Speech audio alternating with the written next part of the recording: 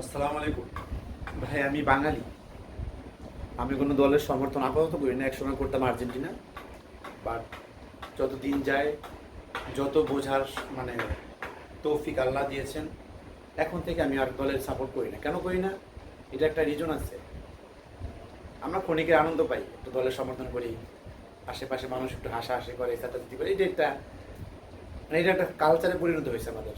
একজনকে খোঁচা মারি, এইটাই তো অমুক দল তমুক দল। আবার আমি যে জার্সিটা পরছি ভাই, এটা কিন্তু আমি কোনো দলের সমর্থন করে পরি নাই। এই জার্সিটা অ্যাকচুয়ালি আমি কম দামে পেয়েছি। আগের জার্সি দেখেন, এটা কিন্তু দুইটা স্টার। এটা পরছি একটা কারণ হলো যে এই কাপড় অনেক ভালো, কাপড়টা অনেক সফট, পইরা মজা। আমি আবার জিমে যাই, তখন এটা পইরা জিমে গেলে ভালো লাগে।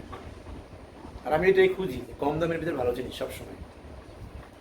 এখন যে বিষয়ে আমি কথা বলবো, আপনারা আমাকে উত্তর দেবেন একটু প্লিজ। বাংলাদেশের যারা সমর্থক আছেন, আর্জেন্টিনা বলেন, ফ্রান্স বলেন, জার্মান বলেন, সব তো ভিন্ন ধর্মী একটা খেলা।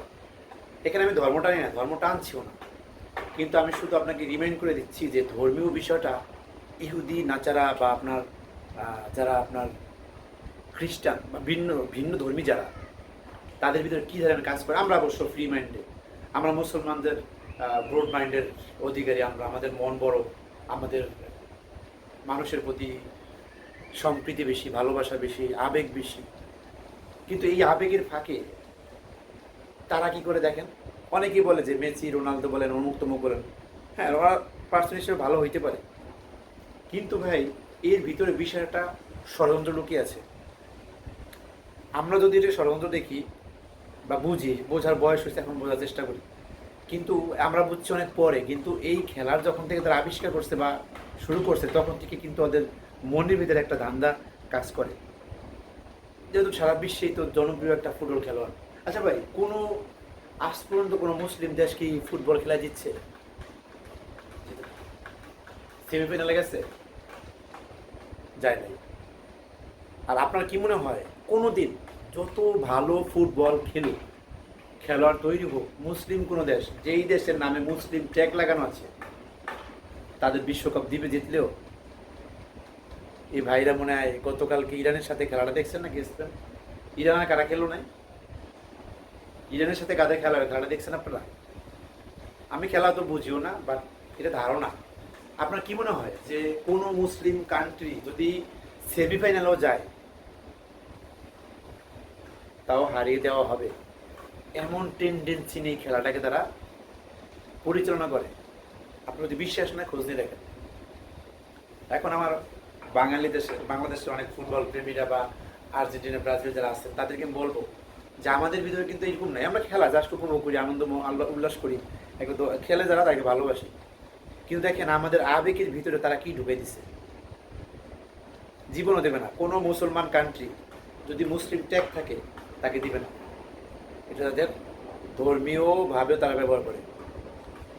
কয়েকদিন আগে শুনছেন না আপনি যে ভারতের একটা ভারতে বাংলাদেশে একটা বিমান, ভারতের আকাশেই আপনার ত্রুটি দেখা দিচ্ছে, না ত্রুটি না মানে এটা রোগী মানে একটা লোক অসুস্থ হয়ে গেছে, এরকম কিছু হয়তো। জি, এরকম উনি অসুস্থ হয়ে গেছে, তো ওনাকে চিকিৎসার জন্য ভারতেই করা হবে, ল্যান্ড করার জন্য অনুমতি চাইছে। ভারত বিমানবন্দর থেকে কর্তৃপক্ষ দেয়নি। কেন? তাকে জিজ্ঞেস করছে উনি কি, ওনার জাতীয়তা কি, উনি কি মুসলিম। হ্যাঁ, এই মুসলমান হওয়ার কারণে ওই বিমান ল্যান্ড করতে দেন। অথচ বাংলাদেশে নামদারি সুশীল দেখবেন সাংবাদিক, চুল বড়, মাল খেয়ে এসে সাংবাদিকতা করে, এ নিয়ে তারা কোনো কথা বলবে না।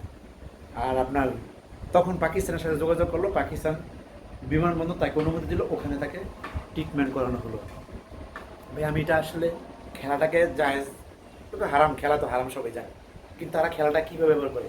আমাদের মুসলমানদের আজকে হাজার হাজার কোটি কোটি ছেলে পেলে খেলার প্রতি আসক্ত, খেলাকে তারা মনে প্রাণে গ্রহণ করছে, অথচ এই আবেগটাই ওরা কাজে লাগে।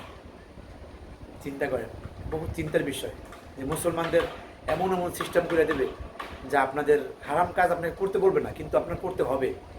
আপনি যমুনা ফিউচার পার্কে যান, আপনি আমাদের এয়ারপোর্টে সেন্টার পয়েন্ট মার্কেটে যান, দেখবেন ওখানে কিন্তু বসার কোনো কমোড নেই, ওখানে আপনি দাঁড়াই পোশাক করতে হবে। এখন একজন ইমাম সব গেছে চুব্বা গাইতে, সে পোশাক করবে কেমনি? বললাম আর কি। তারা আপনাকে কখনোই বলবে না যে ভাই আপনি এখানে দাঁড়াই দাঁড়িয়ে পোশাক করেন। বৈশা পোশাক পরা যাবে না, হ্যাঁ এটা বলবে না, কিন্তু এমন এমন কালচার তারা তৈরি করবে, মডার্ন কালচার, মডার্ন সিভিলাইজড, আপনার বাড়িতে হয়ে এটা করতে হবে। এটাই ইহুদিদের ষড়যন্ত্র। তাই আমরা বলি খেলা দেখেন ভালো, অতিরিক্ত অতিরঞ্জিত কিছু ভালো না। আজকে একটা ছেলে মারা গেছে, পতাকা টাঙ্গাইতে যেয়া আপনার পা স্লিপ করে ছাদে ছেলেটা মারা গেছে। খেলা তো এটা, এটা তো খেলা, খেলার দৃষ্টিকোণ থেকে দেখতে হবে, অতিরিক্ত করা যাবে না। আসসালামু আলাইকুম।